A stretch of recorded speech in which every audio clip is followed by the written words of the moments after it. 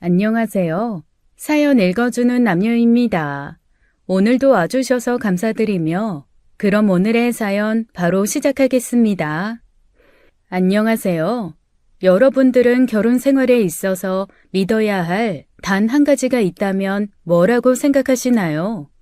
아마 많은 분들이 배우자라고 말씀하실 것 같은데요. 저 역시도 여러분과 생각이 같았습니다. 이 결혼을 끝내기 전까지만 해도요. 제가 길지 않은 결혼 생활을 겪으면서 든 생각은요. 결혼 생활에 있어서 믿어야 될 단 한 가지가 있다면 배우자도 아니요, 돈도 아니요, 바로 자기 자신이라는 점입니다. 제가 어떤 결혼 생활을 했기에 이런 생각을 가지게 되었는지 지금부터 말씀드려 보도록 하겠습니다. 저는 평범한 회사원이었어요. 저희 회사는 회사 특성상 공무원들과 협업하는 업무가 많은 회사였는데요. 공기업처럼 대단한 회사는 아니었지만 나름 탄탄한 업무 체계가 있어서 보통 한번 들어오면 정년까지는 무난하게 채우는 복지가 아주 좋은 회사였습니다. 물론 그에 따른 업무량도 많은 편이었지만 저는 워낙 일 욕심이 있던 사람이었고 무엇보다 취직하고 부모님으로부터 경제적인 독립된 삶을 살 수 있게 된 점이 가장 좋았습니다. 연애도 결혼도 아예 생각이 없었어요. 그저 나 하나만 잘 벌어먹이고 살자라는 주의였죠. 그러다가 어느 날 회사 선배께서 선배가 잘하는 후배 중에 저와 잘 맞아 보이는 사람이 있다며 소개팅을 주선해주고 싶다고 하는 거예요. 전 괜찮아요. 지금은 연애 생각도 없고요.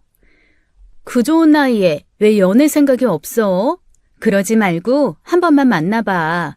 진짜 괜찮은 사람이야. 직업도 무려 공무원이야. 요즘은 남자가 안정적인 게 중요한 거 알지? 9급도 아니고 7급이면 괜찮잖아. 완곡히 거절하기엔 선배가 그간 제게 베풀어 주셨던 온정이 많았던 터라 저는 그냥 선배의 말을 듣는 게 후배된 도리다라는 생각으로 소개팅에 나가게 되었습니다. 그런데 정말 선배의 말대로 저와 통하는 게 많은 사람이었어요. 좋아하는 노래, 드라마도 비슷했고 심지어 좋아하는 옷 브랜드도 같았습니다.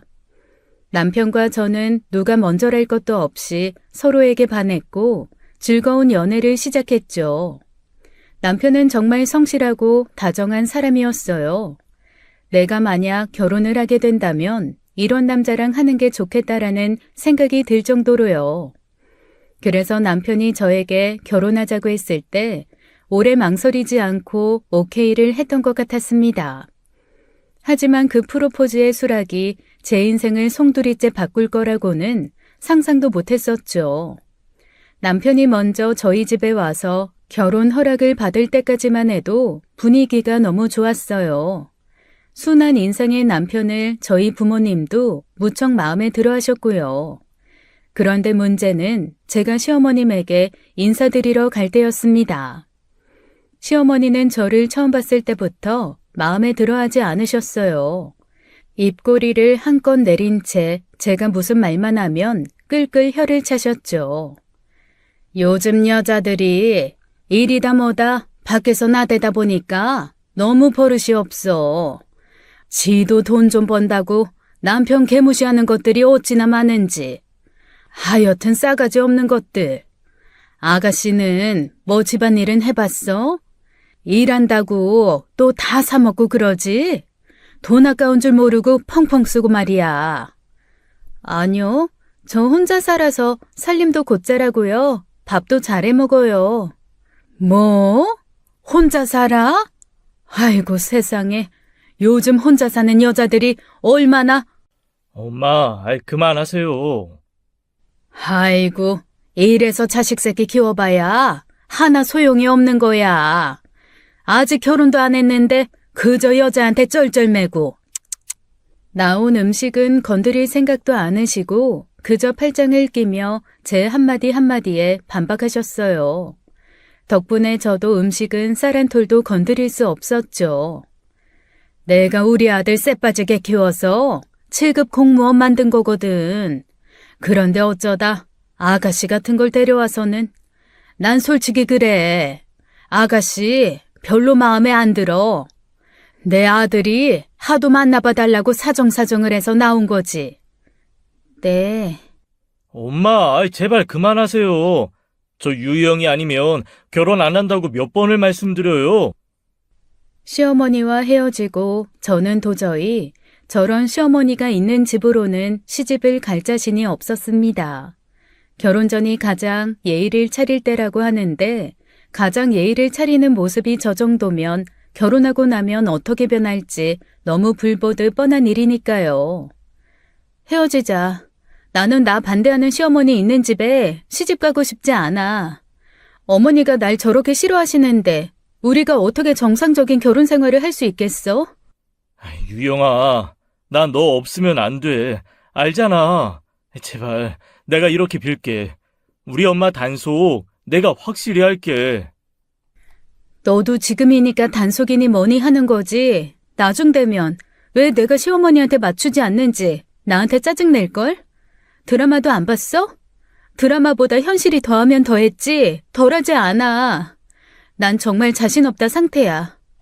그렇게 저는 남편에게 헤어짐을 구했지만 남편은 제 헤어짐을 받아들이지 못했어요. 매일 술 마시고 밤마다 전화를 하고 집 앞으로 찾아오기도 했지만 그때마다 저는 매몰차게 남편을 거절했죠.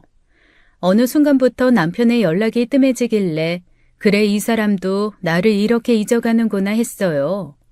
그러던 어느 날 남편의 번호로 전화가 오는 거예요. 전화를 받아보니 시어머니의 목소리였습니다. 도대체 내 아들한테 무슨 짓을 한 거야? 결혼해도 좋으니까 제발 내 아들 좀 살려내. 제발.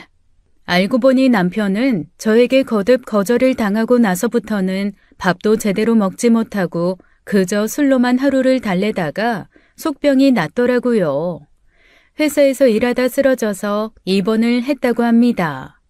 한 달 만에 만난 남편은 말도 못하게 수척해져 있었어요. 도대체 잘 만나다가 왜 헤어져가지고는 내 아들을 이 모양 이 꼴을 만들어놔? 시어머니가 악을 지르며 제 어깨를 흔들고 있는데 기력 없이 쓰러져 있던 남편이 눈을 뜨고는 자기 엄마를 말리더라고요. 엄마, 그러지 마. 유영이 괴롭히지 마, 제발.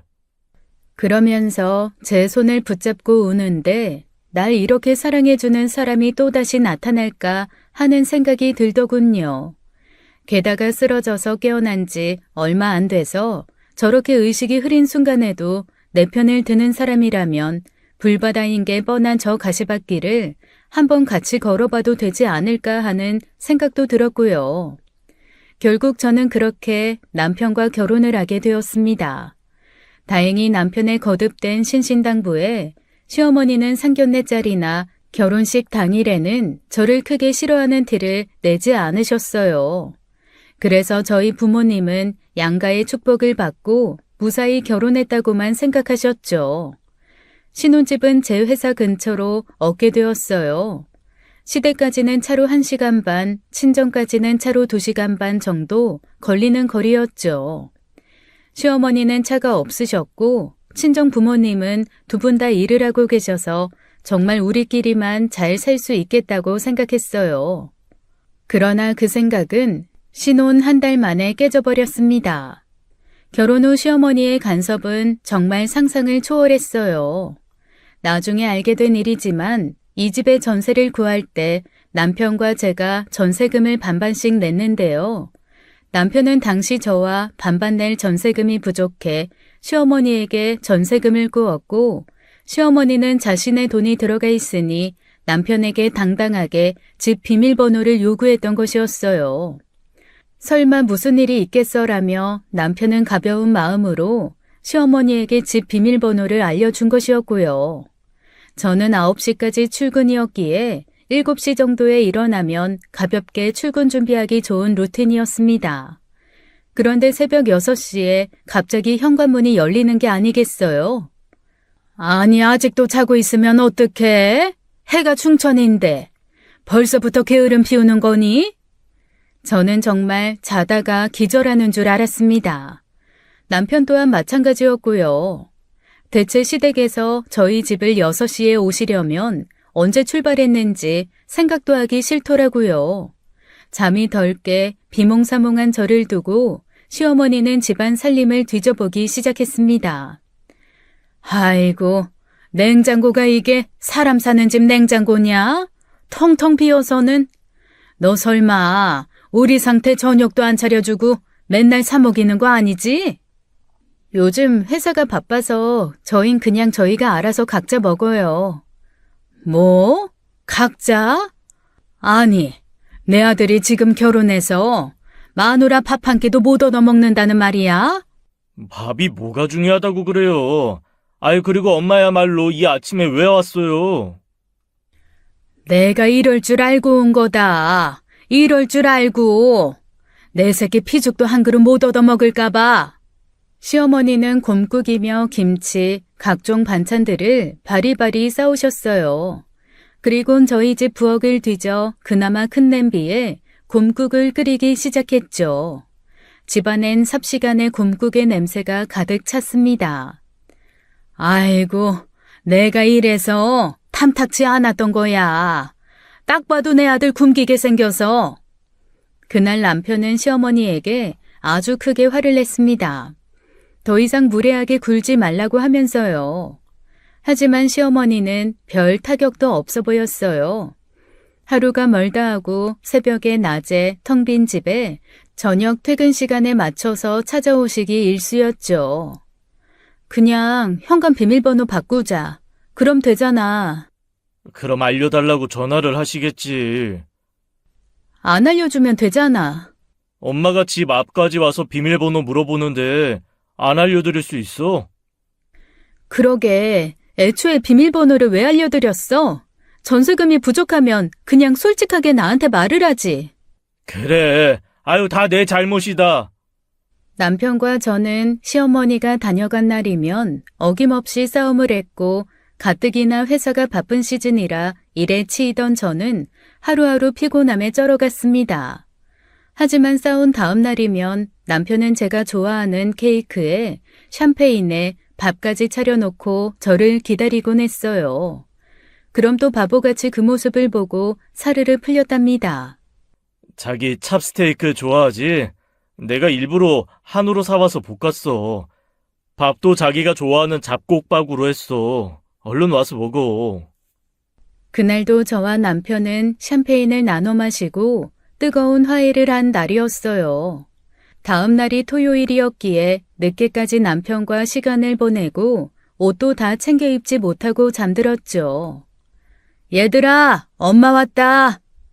그런데 시어머니가 토요일 새벽부터 안방문을 벌컥 여시는 거예요. 홀딱 벗고 있던 저는 이불을 뒤집어 쓰고 소리를 질렀죠. 어머니, 지금 뭐 하시는 거예요?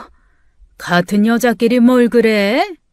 남편도 주섬주섬 옷을 입고 저도 남편이 주워다 주는 옷을 이불 속에서 꾸물꾸물 갈아입었죠. 그렇게 민망한 순간에도 시어머니는 자리를 피하지 않고 허둥대며 옷 입는 저희의 모습을 빤히 보셨습니다. 역시 제일 문제는 남편이었어요. 처음엔 시어머니의 진상짓을 칼같이 끊어줄 것처럼 말하던 남편의 행동이 조금씩 변하기 시작했죠. 그래도 솔직히 편하잖아. 엄마가 때 되면 반찬 갖다 주고 김치 갖다 주고 너무 이른 아침에만 오지 말라고 했어. 당신은 당신 엄마니까 안 불편하지. 나는 너무 불편해. 나 혼자 살 때도 우리 엄마는 꼭 내 허락 받고 왔어. 그냥 그러려니 해. 그럼 어떡하냐? 우리 엄마는 평생 저렇게 사셨는데. 심지어 남편은 월급 관리마저 시어머니에게 맡기고 있었습니다. 뭐? 어머니가 통장 관리를 한다고? 그럼 용돈 받아 쓰는 거야? 뭐 어차피 카드값은 통장으로 빠져나가니까 뭐 엄마가 예전에 보험 설계사 하셔서 통장 관리 그런 거 잘하셔. 아니 난 그런 거 잘 못하는 거 알잖아. 아니, 그럼 나를 시키지. 남편의 말에 솔직히 기가 막혔지만 뭐 자기 아들 돈 관리를 자기가 하겠다는데 제가 뭐라고 하나요? 천륜을 끊을 수도 없는 거고 말이에요. 그런데 시어머니는 남편의 월급 통장뿐만 아니라 제 월급 통장까지 노리고 있었습니다. 월급 들어오는 은행이 어디야? 그건 왜요? 왜긴 너희가 돈 관리 잘 못할까봐 그러지. 한 집안 살림인데 상태 것도 내가 관리 중인데 네 것도 내가 관리하면 편하지 않겠어? 아니요. 제 월급은 제가 알아서 관리할게요. 하여간 쌀쌀맞기는. 다른 집 며느리들은 그저 곰살맞게 어머니 한다는데. 에휴, 내 팔자에 무슨 며느리 복이 있겠어. 남편 복도 없는 게. 제가 차갑게 거절하자 시어머니는 또 못마땅하다는 듯 저를 째려보셨어요. 그런데 어머니의 말보다 남편의 말이 더 가관이었습니다. 그냥 어머니 드리면 안 돼. 자기도 막상 맡겨보면 편할걸? 속없이 생각 없이 말하는 건지 그런 척 하는 건지 저는 남편의 맹한 표정에 머릿속이 새하얘졌습니다. 아, 이제 결혼 전에 날 위해 밥까지 굶어가며 날 사랑해주던 그 남자는 없구나 싶은 생각이 들어서 말이죠. 다행히 저는 몇 번의 거절로 제 월급 통장을 겨우 지킬 수 있었습니다. 그래서 어머니의 간섭이 끝났냐고요? 여기서 끝났더라면 제가 남편과 끝의 끝장을 볼 일은 없었을 거예요. 여느 때와 같이 어머님이 아침 대바람부터 또 저희 집에 찾아오신 날이었어요. 이제 웬만큼 어머니가 안방문을 발로 차지 않는 이상 놀라지도 않는 지경에 이르렀죠. 그런데 그날은 어머님이 집에 들어오자마자 아주 큰 소리로 말씀하셨습니다. 내가 이 집에 두고 간 금반지가 없어졌다 상태야. 반지가 없어졌다는 말에 자던 남편이 일어났죠. 시어머니는 부엌이며 거실, 안방 등을 쥐잡듯 뒤지기 시작하셨어요. 그러더니 이내 어리둥절하게 있는 저를 찌려보셨죠. 내가 분명히 설거지하면서 부엌에 있는 찬장에다 빼놨는데 혹시 너냐? 네? 저요? 지금 저 의심하시는 거예요? 이 집에 드나드는 거라곤 너랑 상태랑 나밖에 없는데 내 반지가 없어졌으면 당연히 너가 의심스럽지. 엄마가 간수 잘못해놓고 지금 누구한테 뒤집어 씌우는 거예요? 솔직히 내가 니네 결혼할 때 반지라도 한돈 못 해줬지 않았냐. 그것 때문에 앙심 품고 내 반지 가져간 거 아니냐고. 저 사실 그동안 남편의 엄마고 결국 제 시어머니고 또 어른이고 그래서 참았거든요. 그런데 저런 말도 안 되는 논리로 저를 도둑으로 모는 건 도저히 못 참겠더라고요. 어머니, 지금 어머니가 하시는 말씀이 어머니는 납득이 가세요? 어머니가 결혼할 때 반지 안 해줘서 제가 어머니 반지를 훔쳤다고요? 진짜로 그렇게 생각하세요? 정말로요? 진짜 그런 생각을 가지고 저한테 말씀하시는 거냐고요? 아니면 그냥 의심하고 싶어서 아무 말이나 하시는 거예요? 도대체 왜 그러시는 거예요? 저 상태 씨가 어머니한테 집 비밀번호 알려준 것 때문에 상태 씨랑은 많이 싸워도 어머니한테 내색 한 번 안 했어요. 어머니가 그동안 저 그렇게 개잡듯 잡고 욕하시고 구박해도 저 한마디도 안 대들고 꾹꾹 참았다고요. 그런데 이젠 절 아예 도둑 취급을 하시네요. 저희 집에서 어머니 반지를 잃어버렸는데 그래서 제가 도둑이라고요? 그냥 제가 싫으면 싫다고 하세요. 오냐? 그래, 너 말 한번 잘했다. 네가 참았다고? 내가 너네 집에 올 때마다 네가 얼마나 쌀쌀맞게 나를 야려봤는지 하늘이 알고 땅이 알고 상태가 알아. 내가 너 괘씸해서 더 이를 악물고 이 집에 온 거야. 그리고 이 집이 내가 못 올 집이냐? 내 아들 집인데. 내가 아침잠이 없어서 일찍 내 아들 집을 오는데 네가 뭔데 오라 말아야? 이 도둑년 같은 이라고. 엄마, 제발 그만하세요. 며느리한테 도둑년이라고 하는 시어머니가 어딨어요? 남편은 저에게 막말을 퍼붓는 시어머니를 집까지 모셔다 드리고 왔습니다. 그러는 동안 저는 시어머니 때문에 울분을 터뜨리다가 진정하다 혼자 쇼를 했네요. 그렇게 들어오는 남편의 표정이 좋지 않았습니다. 나도 알아. 우리 엄마가 너한테 너무 심하다는 거. 아이, 근데 그냥 좀 그러려니 넘어가면 안 돼? 꼭 그렇게 어른한테 사사건건 시비를 걸어야겠어?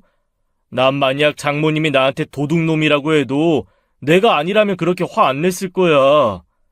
당연하지. 우리 엄마는 너한테 너무 끔찍하게 잘하니까. 우리 엄마는 아무리 자기가 물건을 잃어버려도 널 도둑놈 취급 안 할 테니까.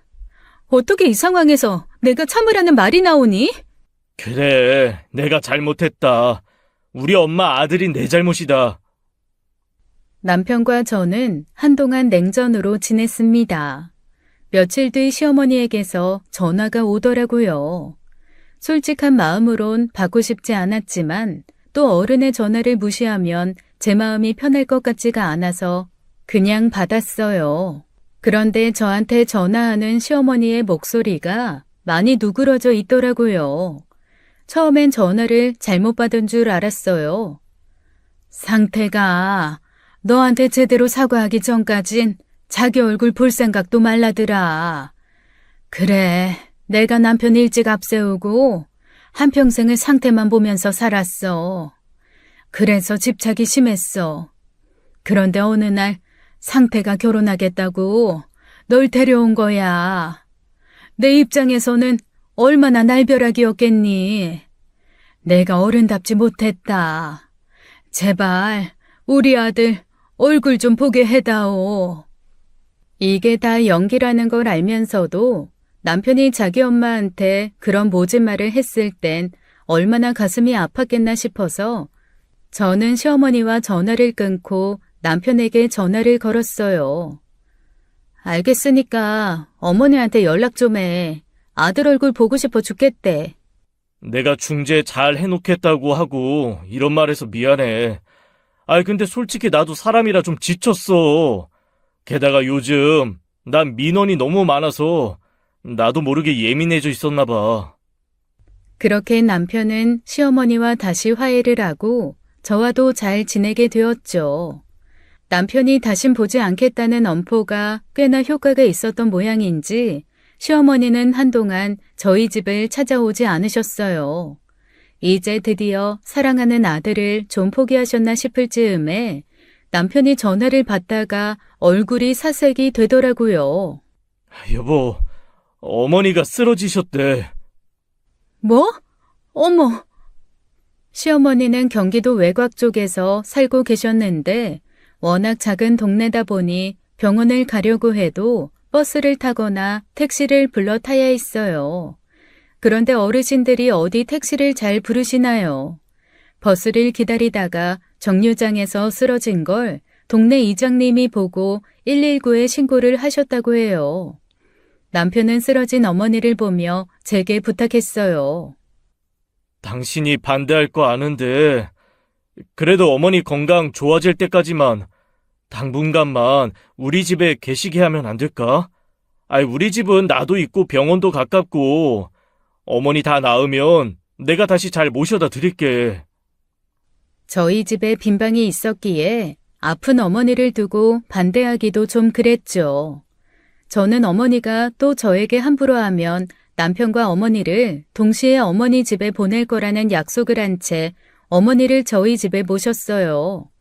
남편은 칼퇴를 자주 하는 반면 저는 일이 점점 바빠서 야근이 늘어날 때여서 다행히 제가 어머님을 돌보는 날은 거의 없었습니다. 주말에야 뭐 남편이 집에 항상 있으니 어머님과 제 사이엔 항상 남편이 있었고요. 어머님과 마주할 때는 밥 먹을 때 정도였습니다. 그래서 어머님과 함께 있는 게 좀 무뎌지기 시작했어요. 하지만 그건 어머님의 삼보 전진을 위한 일보 후퇴 작전이었죠. 저희 회사 일이 덜 바빠지고 남편의 일이 바빠지면서 제가 칼퇴를 하고 남편이 늦게 들어오자 어머님의 태도는 전 뒤집히듯 순식간에 바뀌었습니다. 예, 너는 상태 늦게 퇴근하는 거 알면 미리미리 집 좀 치워놔라. 남편이 힘들게 일하고 들어와서 집 개판되면 얼마나 스트레스를 받겠니? 살림은 이게 하는 거니 마는 거니? 그래도 전 저한테 그러는 거야 제가 대충 넘기고 무시하면 다 참을만 했거든요. 무엇보다 아프시다는데 뭐 어떡하겠어요. 그런데 한 번은 퇴근길에 엄마한테 전화가 오는 거예요. 유영아, 너 요즘 괜찮은 거야? 응? 왜? 엄마 무슨 일 있어요? 네가 걱정할까 봐 말 안 하려고 했는데 내가 아무래도 신경 쓰여서 말이다. 혹시 지금 집에 시어머니 와 계시는 거니? 엄마가 그걸 어떻게 알았어요? 김서방이 말했어? 사실은 사돈 어른이 전화가 와서는 도대체 딸 교육을 어떻게 시켰길래 남편 섬길 줄을 모르냐고 길길이 화를 내길래 내가 너무 황당해서 상견례 때는 얌전하신 분 같았는데 전화가 한두 번 온 게 아니야. 너 모르고 있었니? 사실 저 그동안 어머님이 저 난리를 치는 동안 저희 엄마한테 단 한 번도 말하지 않았어요. 말하면 당연히 걱정하실 게 뻔하니까요. 그런데 저희 엄마한테 직접 전화해서 가정교육을 운운하다니 저는 당장 집으로 가서 시어머니에게 따졌습니다. 도대체 저희 엄마한테 전화는 왜 거신 거예요? 그리고 가정교육을 어떻게 시켰냐뇨. 그게 사돈한테 할 말이에요? 어머니, 제가 그렇게 싫으시면 저 그냥 상태 씨랑 이혼할게요. 그럼 되죠? 그럼 만족하시겠어요? 뭐? 이혼? 너 지금 내 아들 이혼남 만들겠다는 거냐? 이게 보자 하니까 너 할 말이 있고 못할 말이 있지. 어디서 내 아들 이혼남 만들겠다는 얘기를 뻔뻔하게 해? 저랑 헤어지는 걸 바라는 게 아닌데 도대체 저한테 왜 이러시는 거냐고요? 난 그냥 네가 싫다. 싫어. 내 아들 뺏어간 년 진절머리 나게 싫어. 그때였어요. 야근을 마친 남편이 뒤늦게 들어와서는 화난 어머니를 보고 또 한숨을 쉬었어요. 그런데 남편의 말에 어머님이 얼굴색을 싹 바꾸고는 딱 잡아떼는 거예요. 어머니, 또 유영이한테 뭐라고 하신 거예요? 예, 아니다. 나 이번엔 진짜 아니야. 그래, 내가 그동안 네 마누라한테 너무한 건 사실이야. 아니다. 그래, 다 내 죄다. 내 탓이다. 내가 미안하다. 갑자기 당신의 가슴을 퍽퍽 치더니 울면서 방에 들어가시더라고요. 저는 황당해서 남편을 쳐다봤고 남편은 시어머니와 저를 번갈아 보더니 시어머니가 계신 방으로 들어가더라고요. 문을 닫고 대화를 하길래 문에 귀를 대고 들어봤죠. 남편은 도대체 무슨 일이냐며 한참 어머니에게 물어봤고 어머님은 한참을 머뭇대다가 말씀하셨죠. 내가 오랜만에 안사돈한테 안부 전화 좀 드렸는데 지 엄마한테 왜 전화를 하냐고 길길이 날뛰는 거야. 내가 안사돈한테 전화 좀 하면 안 되니 했더니 자기 엄마한테 다신 연락하지 말라고 개거품을 무는데 아휴 아니다. 내가 그동안 쟤한테 좀 모질게 했니. 쟤도 날 싫어할 만하지. 내가 죄인이야. 여기 눌러앉아 있는 내가 죄인이고 다 내 업보야. 무슨 말을 그렇게 해요? 유영이도 뭔가 사정이 있었겠지. 그래, 사정이 있겠지. 그런데 이제 내가 며느리 얼굴을 보고 살 자신이 없구나. 남편은 시어머니의 말을 믿는 건지 믿는 척을 하는 건지 한동안 자기 엄마를 한참이나 위로해 주더라고요. 문을 열고 왜 사실과 다른 말을 하냐고 따지려던 저는 방으로 들어갔어요. 어머님이 남편에게 피해자 코스프레를 해서 저를 나쁜 년 만든다면 저는 나쁜 년 만드는 어머님의 모습을 남편에게 보여줘야겠다고 생각했거든요. 하늘은 스스로 돕는 자를 돕는다고 하던가요? 생각보다 그 기회가 빨리 찾아왔어요.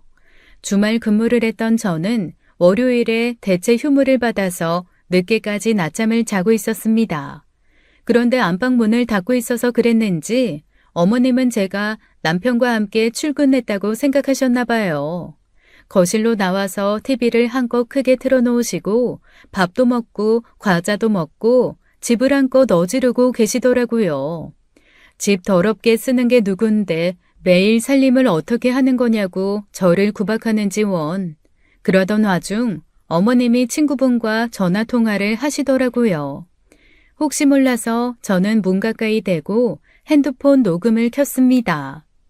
그래, 나 쓰러졌다니까. 우리 아들이 얼굴이 새하얗게 질려서 달려왔다니까. 아들은 모르지. 나 당뇨 있는 거. 그때 내가 인슐린 안 가져가가지고 쓰러진 건데 아들은 놀래가지고 의사 선생님이 그런 말 한 거 기억도 못 하더라고.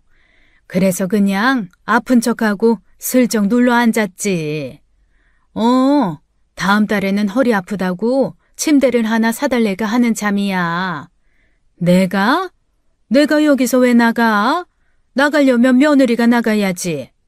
그래, 두고 봐라. 아들 집에 평생 들러붙어 있어줄 거야, 내가. 돈? 가만히 있어보자. 아, 우리 아들 다음 달에 성과급 들어올 텐데 그걸로 꿔줄게. 당연하지. 자기야 이자를 워낙 잘 줘. 자기한테 돈 꿔주는 게 나한테 남는 거야. 걱정 마. 내 아들은 내가 지 돈 차곡차곡 모으고 있다고 철석같이 믿고 있으니까. 쥐가 뭐 어쩔 거야? 엄마가 이미 썼대는데. 지 키우는데 돈이 얼마가 들었는데. 그래, 그려, 알겠어. 내가 입금하고 연락할게. 그려, 끊어이. 너무 놀라서 저도 모르게 헉소리를 낼 뻔했어요. 남편은 어머니가 자기 돈을 잘 굴리고 있다고 철석같이 믿고 있었거든요. 남편이 퇴근하자마자 저는 남편의 폰으로 남편 통장을 살펴봤죠. 남편 이름 앞으로 된 통장은 월급 통장 딸랑 하나뿐이었어요. 그 흔한 적금 청약 통장 하나 없었죠. 자기야, 어머님이 자기 월급 관리 해준다고 했잖아. 정확히 뭐 해주는 거야? 뭐 보험 들고 적금 들고 그러지 않았을까? 엄마 예전에 친구분들이랑 계도하신 것 같던데.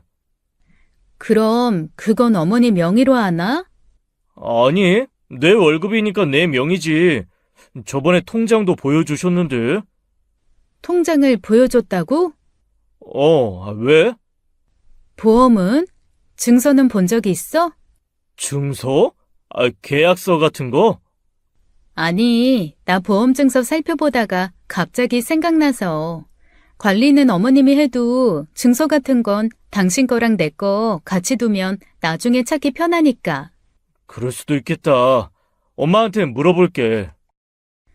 저는 어머니의 만행을 다 말하려다가 우선 어머니가 남편 월급을 어떻게 운용하고 있는지를 알 수가 없었고 그저 전화통화 하나만으로는 남편이 믿을 것 같지 않아서 우선은 좀 더 지켜보기로 했습니다. 어머니는 제가 당신을 의심한다고는 눈꼽만큼도 생각하지 않으시는지 여전히 남편이 없으면 저를 들들 볶기 일쑤였어요. 하지만 저도 더 이상은 참지 않았죠. 너 일은 대체 언제까지 다닐 거니? 애는 안 가질 거야? 별것도 아닌 일 하다가 우리 집안 대 끊어먹을 생각이야? 저희 결혼한 지 얼마나 됐다고요. 아직 상태 씨도 저도 생각 없어요. 요즘 같은 시대에 애 낳아서 기르는 게 쉬운 일도 아니고요. 옛날 같았으면 그냥 일 다니고 살림하고 애 키우고 다 했어. 나도 그랬고. 저는 옛날 사람 아니잖아요. 너네 관계는 매일 하는 것 같더니만 너 어디 문제 있는 거 아니니? 아니면 뭐 다른 남자가 있다든가. 어머님, 가족끼리도 성희롱 성립되는 건 아세요? 방금 하신 말씀 그거 제가 신고하면 성희롱으로 신고돼요. 그리고요 어머니, 저 궁금한 거 있는데요. 상태 씨 월급으로 적금되는 거 어느 은행이에요? 제가 은행이란 은행은 다 조사해봤는데 상태 씨 이름 앞으로 되어 있는 통장이 월급 통장뿐이던데요. 시어머니는 저의 질문에 아주 크게 당황하셨어요. 막 삿대질을 하며 일부러 더 크게 화를 내셨죠. 너 지금 그게 무슨 소리니? 지금 뭐, 내가 내 아들 돈이라도 떼먹었다 이 얘기야? 호라, 너 그런 식으로 나한테서 내 아들 돈 다 뺏어갈 작정인가 본데? 세상 사는 게 다 네 뜻대로 되는 줄 아니? 이거 진짜 웃기는 년이네. 아니, 왜 화를 내세요? 저는 그냥 저랑 같은 은행 쓰면 이자를 더 받을 수 있는 상품이 있어서 물어본 건데요. 저는 어머니를 더 약 올리기 위해 어깨를 으쓱하고는 방으로 들어갔습니다.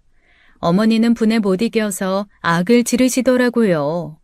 우리 집에서 어머니가 악 지르는 날도 머지 않았다 싶어서 참아드렸습니다.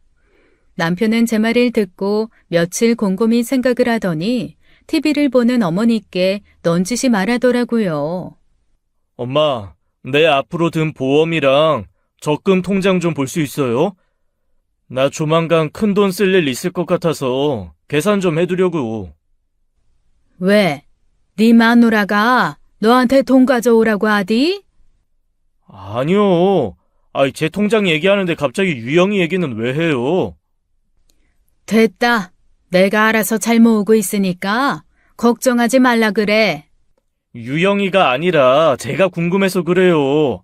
엄마 저한테 한 번도 보여주신 적 없잖아요. 얼마 정도 모았는지만 알려주세요, 그럼. 글쎄, 한 5천인가? 그래도 제가 일한 게 10년인데 5천밖에 안 돼요? 아니, 7천인가?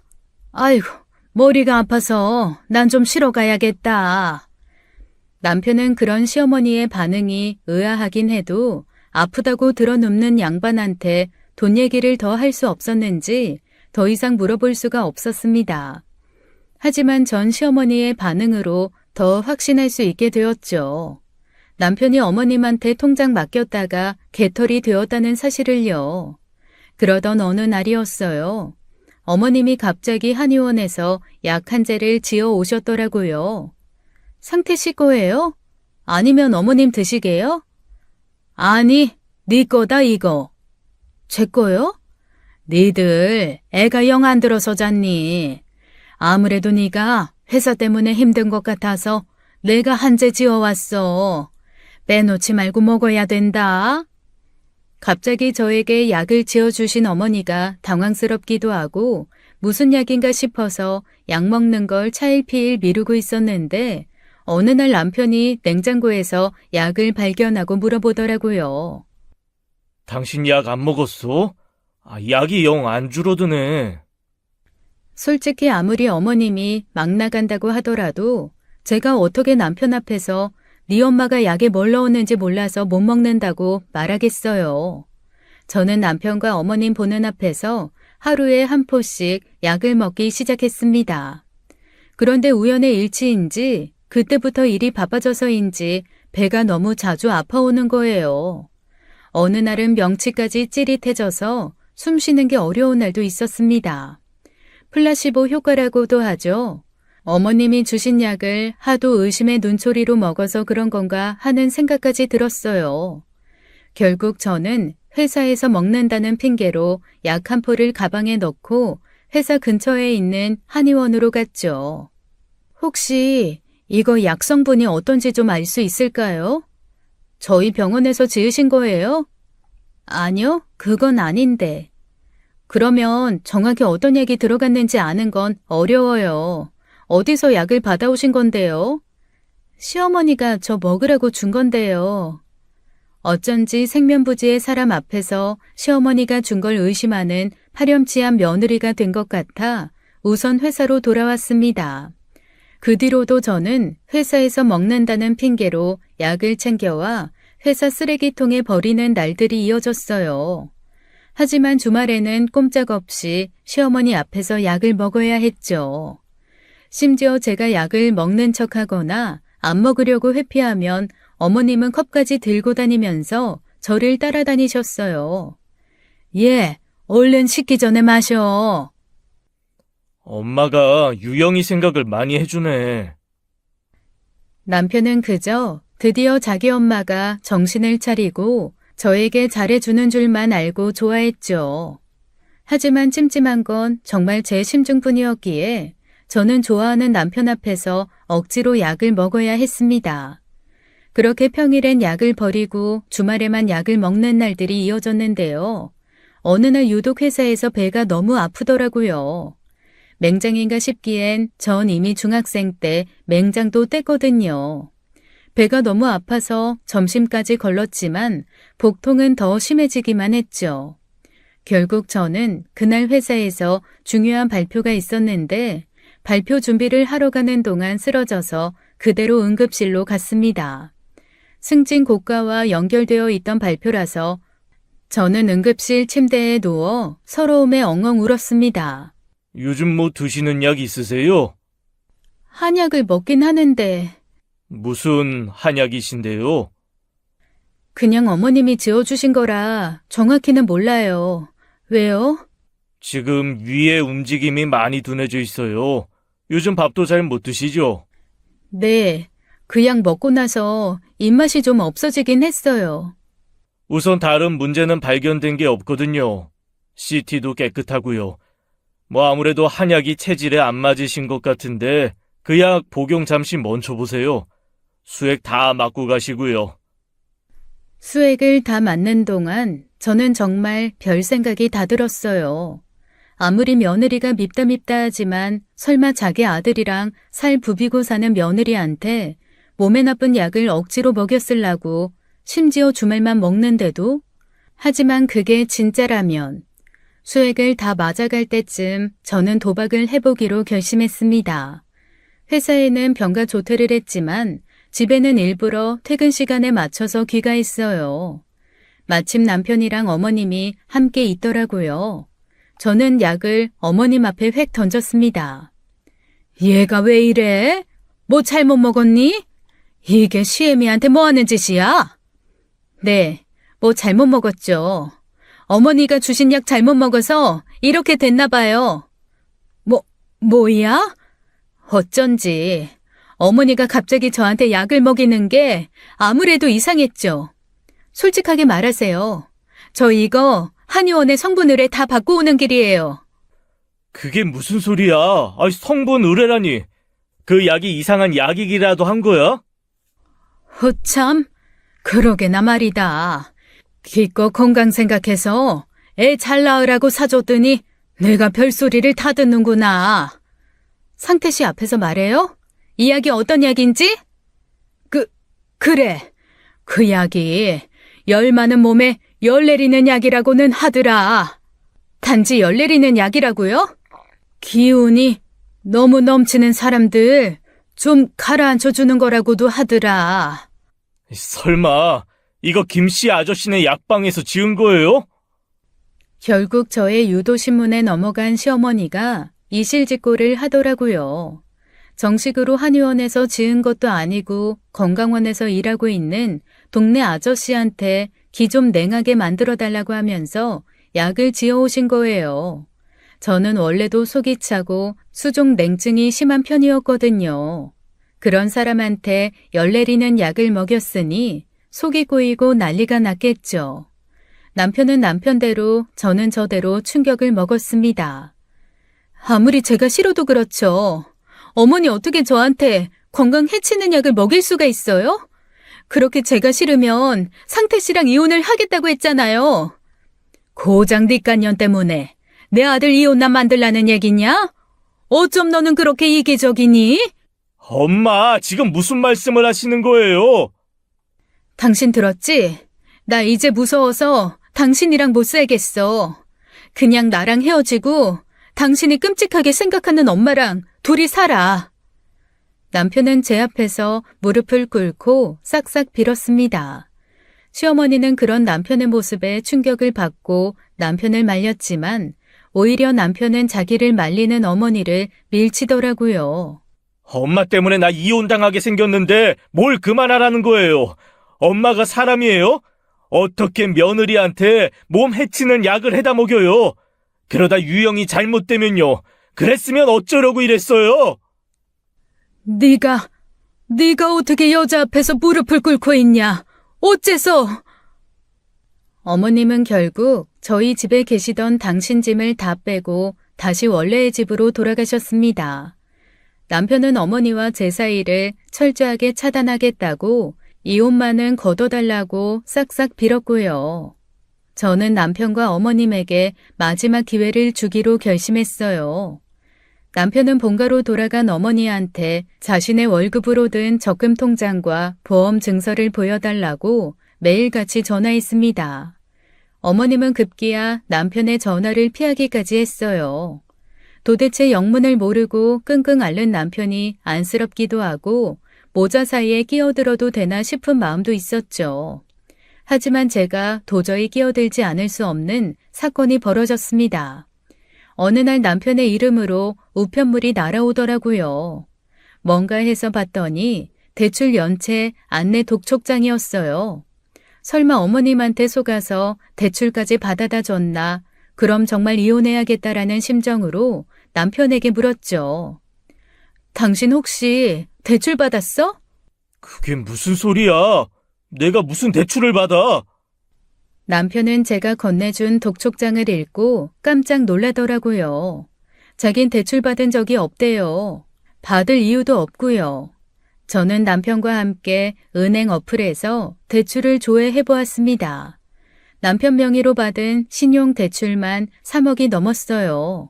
엄마가 적금이랑 보험 얘기만 하면 피하는 것도 저축해 놓은 게 없어서였나 봐.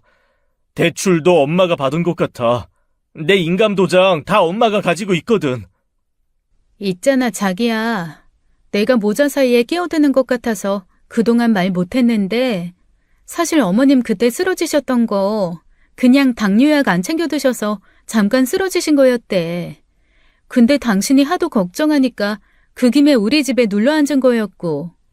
뭐? 내가 당신한테 보험 증서 말한 것도 사실 나 저번에 대체 휴일날 어머니는 내가 출근한 줄 알고 당신 친구분이랑 통화하는데 당신 월급 갖다가 다 쓰고 주변 사람들한테 꿔주고 그걸로 이자 받고 그러셨나 봐. 당신 언제부터 어머님한테 통장 맡겼어? 나 대학생 때 알바했을 때부터 그때는 내가 정말 뭘 몰랐으니까 엄마는 그때 보험 설계 일도 하고 계셨고. 그래. 요즘 보험 어플에서 보험 조회할 수 있잖아. 우리 그거부터 해보자.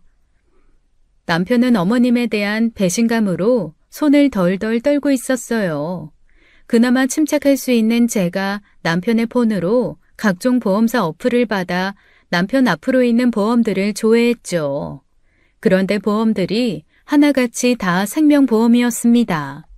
상해보험 같은 경우도 상해 시 받을 수 있는 비용들은 다 최저였는데 사망 시 받을 수 있는 보험금은 다 최대로 해놨더라고요. 보험비만 해도 한 달에 100만 원은 넘게 빠져나가는 것 같았어요. 당연히 수혜자는 모두 시어머니였고요. 제가 머뭇거리고 남편의 눈치를 보고 있자 남편은 폰을 빼앗아 보험 증서들을 살피더라고요. 죄다 생명보험들이네. 사망보험금이 제일 높게 측정돼 있고 수혜자는 죄다 어머니야. 엄마가 나를? 남편은 그 길로 어머니를 찾아가겠다고 난리였어요. 하지만 지금 이 상태로 운전했다간 사고가 나기 십상이었죠. 결국 저는 남편을 조수석에 태우고 제가 운전을 했습니다. 남편은 한 손에는 핸드폰을, 다른 손에는 대출 연체 독촉장을 쥐고 있었죠. 밤 10시가 넘은 늦은 시간에도 어머님 집엔 환하게 불이 켜져 있었습니다. 엄마, 내 이름으로 대출 받았어요? 아니, 네가 이 시간엔 웬일이냐? 묻는 말에 대답하세요. 내 이름으로 3억 대출 받았냐고요. 그간 내가 받았던 월급들 다 어쨌어요. 내 앞으로 보험은 왜 그렇게 많이 들었어요? 얘 상태야. 우선 앉아라. 앉아서 얘기해. 너 뭐하니? 그렇게 멀뚱하게 서 있지만 말고 상태 좀 진정시켜. 유영이한테 뭐라고 그만하시고요. 도대체 제 명의 가지고 뭐 하셨냐고요. 남편이 따지자 궁지에 몰린 어머니는 오히려 뻔뻔하게 고개를 들고 남편에게 따졌습니다. 그래, 내가 좀 필요해서 네 돈 좀 갖다 썼다. 그게 왜? 엄마가 아들 돈 좀 쓸 수 있는 거지? 그게 이 밤중에 애미를 득달같이 찾아와서 할 말이야? 호라, 이제 보니 네가 내 아들 부추긴 거지? 가서 돈 다 뺏어오라고! 시어머니가 저에게 삿대질을 하며 다가오는데 남편이 그런 시어머니를 거칠게 밀었습니다. 시어머니는 아들이 자신을 밀었다는 것에 큰 충격을 받은 듯 했어요. 너 지금 여자 때문에 애미를 밀었냐? 여자 때문이 아니라 엄마 때문이라고요. 왜 자꾸 유영이를 걸고 넘어지세요? 엄마가 대출 받은 게 이 사람 때문이에요? 엄마가 10년 넘게 제 돈 관리하면서 단 한 푼도 못 모은 게 이 사람 탓이냐고요. 다른 보험 다 제쳐주고 아들 사망보험금만 잔뜩 들어놓고 사망보험금만 제일 높게 설정한 게 이 사람 탓이냐고요. 너 그걸 어떻게... 아니다, 상태야. 그거 다 오해야. 나는 너 아플 때를 대비해서 틀어놓은 거야. 다 널 위해서 틀어놓은 거라고. 나중에 너 잘못되면 그 돈으로 다 해결하려고. 어머니는 이 와중에도 제가 그걸 어떻게 알았는지가 궁금하세요? 왜요? 또 이 사람 탓하게요? 그동안 엄마가 이 사람 욕해도 그냥 제가 갑자기 결혼한 게 서운해서 그런 거겠지 하고 넘어갔어요. 엄마는 나를 사랑해서 이 사람을 욕한 게 아니었어요. 내 돈이 이 사람한테 다 갈까봐, 내가 결혼해서 가정 꾸리면 엄마가 단 한 푼도 못 받을까봐, 그래서 그렇게 내 아내를 괴롭힌 거였죠. 저는 짐승처럼 울부짖는 남편을 데리고 차에 태웠습니다. 그리곤 시어머니가 뒤따라오든 말든 집으로 향했죠. 집에 도착해서 남편을 거실에 앉혀두고 제일 먼저 한 일이 현관 비밀번호 바꾸는 일이었어요. 그리고 다음 날 남편과 저는 서로 연차를 내고 변호사를 찾아갔습니다. 시어머니가 인감을 가지고 있고 10년 넘게 재산을 관리해왔던 일, 생명보험만 티나게 많이 든 일, 남편의 명의로 대출을 받은 일 등등 모두 상담했죠. 그리고 상담 과정에서 남편의 명의로 사채까지 받은 정황이 드러났습니다. 이 보험 계약들은 불법의 여지가 있습니다. 게다가 수혜자가 현재 법적 아내가 아니라 모두 어머니인 정황도 그렇고요. 당사자 몰래 계약을 체결한 것도 큰 문제가 될 수 있고요. 사무소 위조 혐의로 고소 가능합니다. 네, 해주세요. 자기야, 좀 생각해보고 해. 진짜 어머님을 고소하게? 부모와 자식 사이에도 고소 가능하죠? 해주세요. 오히려 제가 남편을 말렸지만 남편의 결심은 확고한 상태였습니다. 남편은 변호사님에게 도움을 받아 은행과 보험사에 증거를 제출하고 사무소 위조와 허위 계약에 대한 고발을 진행하기 시작했어요. 저도 그런 확고한 결심을 한 남편을 옆에서 응원해 주기로 했고요. 경찰에서 연락이 갔는지 어머니가 제게 전화를 하더라고요. 남편은 이미 어머님의 번호를 차단한 지 오래였거든요. 제가 받으려는데 남편이 제 핸드폰을 빼서 들었습니다. 왜요? 또 이 사람 탓하시게요? 다신 전화하지 마세요. 선처도 없고 합의도 없고 아들 마음에 못 박은 만큼 죗값 치르세요. 상태야, 내가 잘못했다. 내가 사는 게 너무 막막해서 네 돈을 건들다 보니 이렇게 됐어.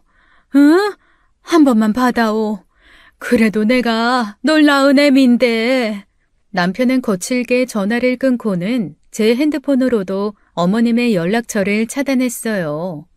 자신을 낳아준 어머니의 번호를 차단하고 연을 끊는다는 게 쉬운 일만은 아니겠죠.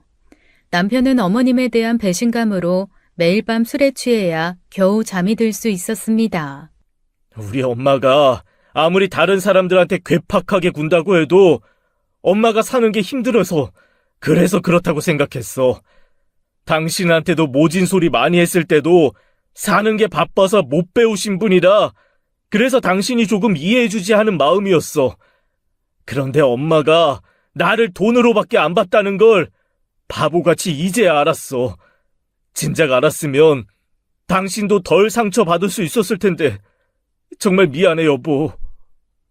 내가 아무리 속상해도 당신만큼 속상할까. 그런 말 하지 마. 어머니는 결국 경찰 조사를 피할 수가 없었습니다. 은행과 보험사에서 사문서 위조로 어머니를 고발 조치하게 되었거든요. 저와 남편은 피해자와 참고인 신분으로 이따금씩 조사를 받으러 갔습니다. 한 번은 경찰서 앞에서 어머님을 마주했는데 남편이 아주 차갑게 마치 모르는 사람인 양 지나가더라고요. 남편과 연애하고 결혼하는 내내 저렇게까지 차가운 모습은 처음 봐서 저도 놀랐는데 일평생 키워온 어머니는 얼마나 놀라셨겠어요. 당신 아들이 붙잡혀지질 않으니 저를 붙들고 대신 하소연을 하더라고요. 예, 네가 상태 좀 말려봐라. 이러다가 나 깜빵 가게 생겼어. 내가 옆편 애들한테 일수 났던 것들 다 받아왔어. 물론 이걸로 상태화가 풀리진 않겠지만 우선 네가 나 대신 말 좀 잘해다오. 너도 솔직히 네 남편이 애미 없는 새끼 돼봐야 좋을 게 뭐 있냐. 이런 순간에도 자기 아들한테 애미 없는 새끼니 뭐니 하는 어머니 있을 바엔 그냥 없이 사는 게 나을 수도 있죠. 그리고 저 붙잡지 마세요. 상태 씨가 어머니 저 붙잡은 거 보면 화낼걸요? 어머니는 남편의 이름만 들어도 화들짝 놀라서 저를 붙잡던 손을 떼더라고요. 결국 어머니는 집행유예와 벌금형을 받게 되었어요. 그런데 이미 아들 돈은 다 집어다 쓰고 있는 거라곤 시골 구석에 있는 전셋집 하나뿐인 어머니가 그 많은 벌금을 어떻게 내겠어요. 결국 어머니는 전셋집도 빼고 완전 빈털터리가 되었다고 합니다.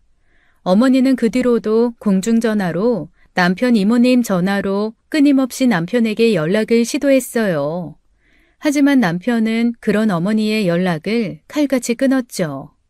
이모도 사정 들으셨을 거 아니에요. 그걸 듣고도 저한테 엄마랑 연락하라는 말이 나오세요? 이모 아들 상준이가 이모 앞에서 생명보험 한 바가지 드러났대도 이모 가만히 계실 거예요? 저한테 더 이상 연락하지 마세요.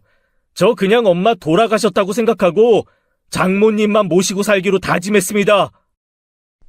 남편의 모진 소리에 핸드폰 너머로 어머니의 곡소리 같은 울음소리가 들렸습니다. 나중에 듣게 된 말이지만 남편에게 전화를 할 때만 해도 이모님은 어머님이 남편 앞으로 억대의 생명보험을 여러 개 들어놓은 건 모르셨다고 해요. 그 사건까지 알려지고 나서 어머니를 돌봐줄 친척들이 어디겠어요. 어머니는 이웃집, 친척집 할 것 없이 여기저기 하루라도 재워줄 곳을 찾아 전전하며 아주 불쌍하게 지내고 계시더라고요. 솔직히 그동안 어머님께 당한 것도 있고 아무리 시어머니라지만 사실 저하고는 남이잖아요. 그래서 그런지 통쾌한 면도 없잖아 있었는데 또 제 남편의 엄마가 그렇게 불쌍하게 산다고 생각하니 어머니가 아니라 그런 어머니를 둔 남편이 짠하기도 했고요. 하지만 어머니 얘기만 나오면 치를 떠는 남편 때문에 입 밖으로 꺼내진 않았습니다. 남편은 말뿐만이 아니었던 건지 그 일이 있고 나서부터는 저희 부모님을 정말 자신의 친부모님처럼 생각하고 모셨어요. 저희 부모님도 남편 어머님의 이야기를 뒤늦게 듣고 불쌍한 사위를 많이 안아주셨고요. 그렇게 어머니는 자기가 제일 좋아하던 아들의 돈을 탐내다가 돈도 잃고 아들도 잃은 사람이 되었습니다. 그렇게 폭풍 같은 시간을 보내고 저희는 요즘 그 어느 때보다도 잔잔한 호수 같은 일상을 누리고 있어요. 앞으로 제 남편이 그리고 남편과 함께하는 저의 앞날이 그저 평안하기만을 기도할 뿐입니다. 지금까지 저희의 긴 이야기를 들어주셔서 감사합니다. 지금까지 사연 읽어주는 남녀였습니다. 끝까지 시청해주신 여러분 감사드리며 저희는 다음 사연으로 돌아올게요. 감사합니다.